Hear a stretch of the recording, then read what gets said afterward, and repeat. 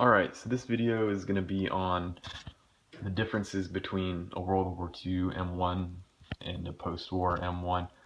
There are some pretty important ones, and if you're a reenactor trying to kind of make your M1 more correct, or just a collector, I'm just going to kind of go over like the basics. This isn't a definitive guide or anything like that. There's plenty of books out there that are super important that you should totally get.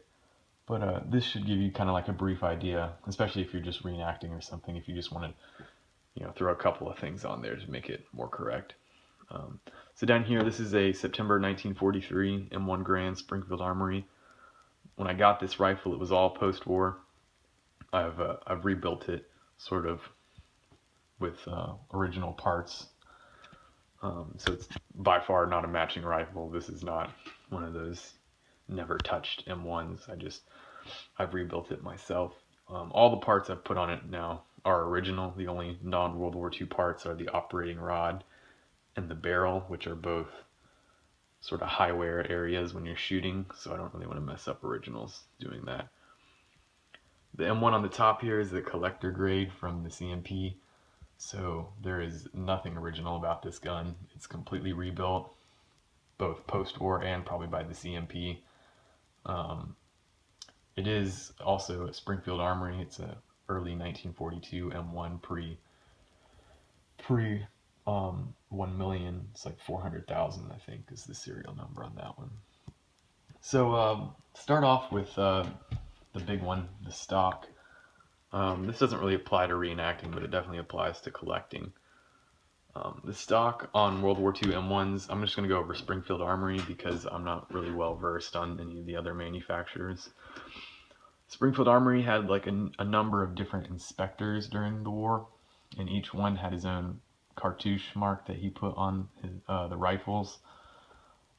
So I don't know all of them. I know this M1, when it left the factory early 1942, would have had an ECMF stock, which is Earl McFarland is what it stands for, and it's just a square cartouche with the letters SA, and then below it would be the inspector's name. So ECMF would be Earl McFarland. This M1, being made in September of 1943, has the GAW stock, which the cartouche is gun. This stock's been probably sanded down, so it's really faint. It's kind of hard to see, but you can kind of see it. It's SA, and then below it is GAW, which stands for George A. Woody. He started inspecting these at the Springfield Armory in August 1943, and I believe he stopped in March 1945. So this M1 being made in September of 1943 probably left the factory with the GAW stock. And right next to it would be the cross cannon cartouche, which is pretty faded. And then on the pistol grip is the proof mark. So there's no markings on the handguards of any kind. So that's a big one. You just need to research your M1 serial number range and find out which stock is correct. This M1 obviously just has a brand new CMP stock on it, which if you're a reenactor and stuff, it's fine, it doesn't really matter. You do need to be wary looking for original stocks. There's a lot of fakes, especially if the markings look too crisp. It's usually too good to be true. They're a very easy item to fake. Moving on, we have some of the metal parts, I guess you could say. The big one would be the lock bar sights. Very, very early M1s had what's called a flush nut, which are super rare and very expensive, and I don't have an example here. But after that, they developed the lock bar, and the M1 rifle in World War II, the vast majority had lock bars. The vast majority of those being Type 2, which is what you see here.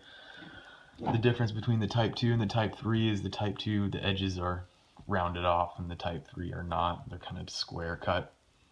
And so you can see it's got the lock bar on this side, and then it's got the markings on this side. And that is compared to the post-war sights that you find on pretty much every M1 available today. There's plenty of companies out there now making reproduction lock bars, so if you want to go that route. Originals aren't too hard to find, they're just kind of expensive. There are fakes, so you gotta watch out.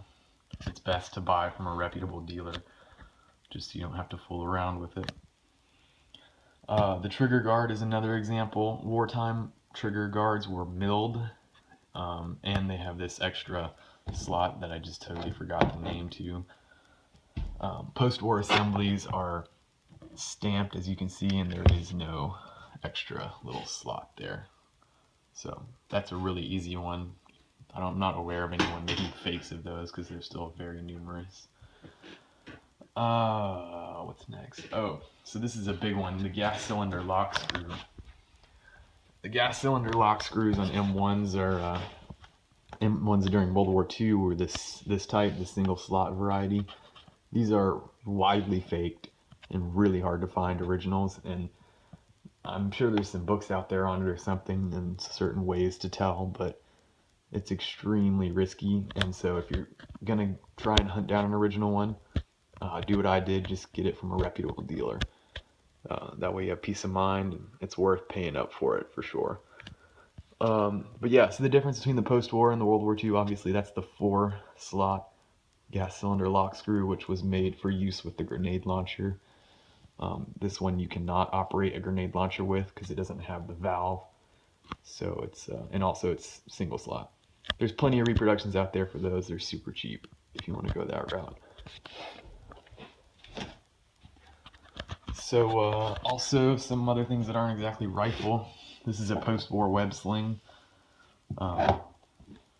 They made web slings during World War II as well, so if you want to go that route, that's certainly fine.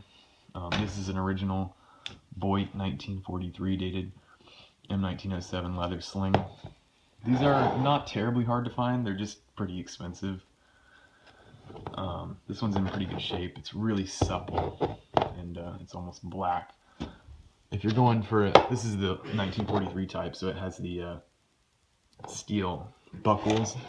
If you're going for earlier war, this is probably the type you would need to get.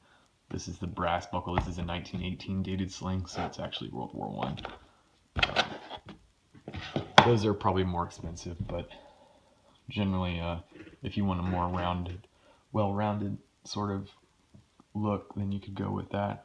At the front makes excellent quality reproduction slings. Let's see, anything else? That's basically it. That's most of the major points of it. There's plenty of other things. For example, the op rod. The operating rod on World War II rifles were uncut, which you can just look that up. It's all over the internet, I'm sure. And the barrel is also not World War II, but yes, that's sort of the main differences. Stuff to work on if you're collecting or reenacting, just general things that you can do to make your M1 a little bit more correct for World War II.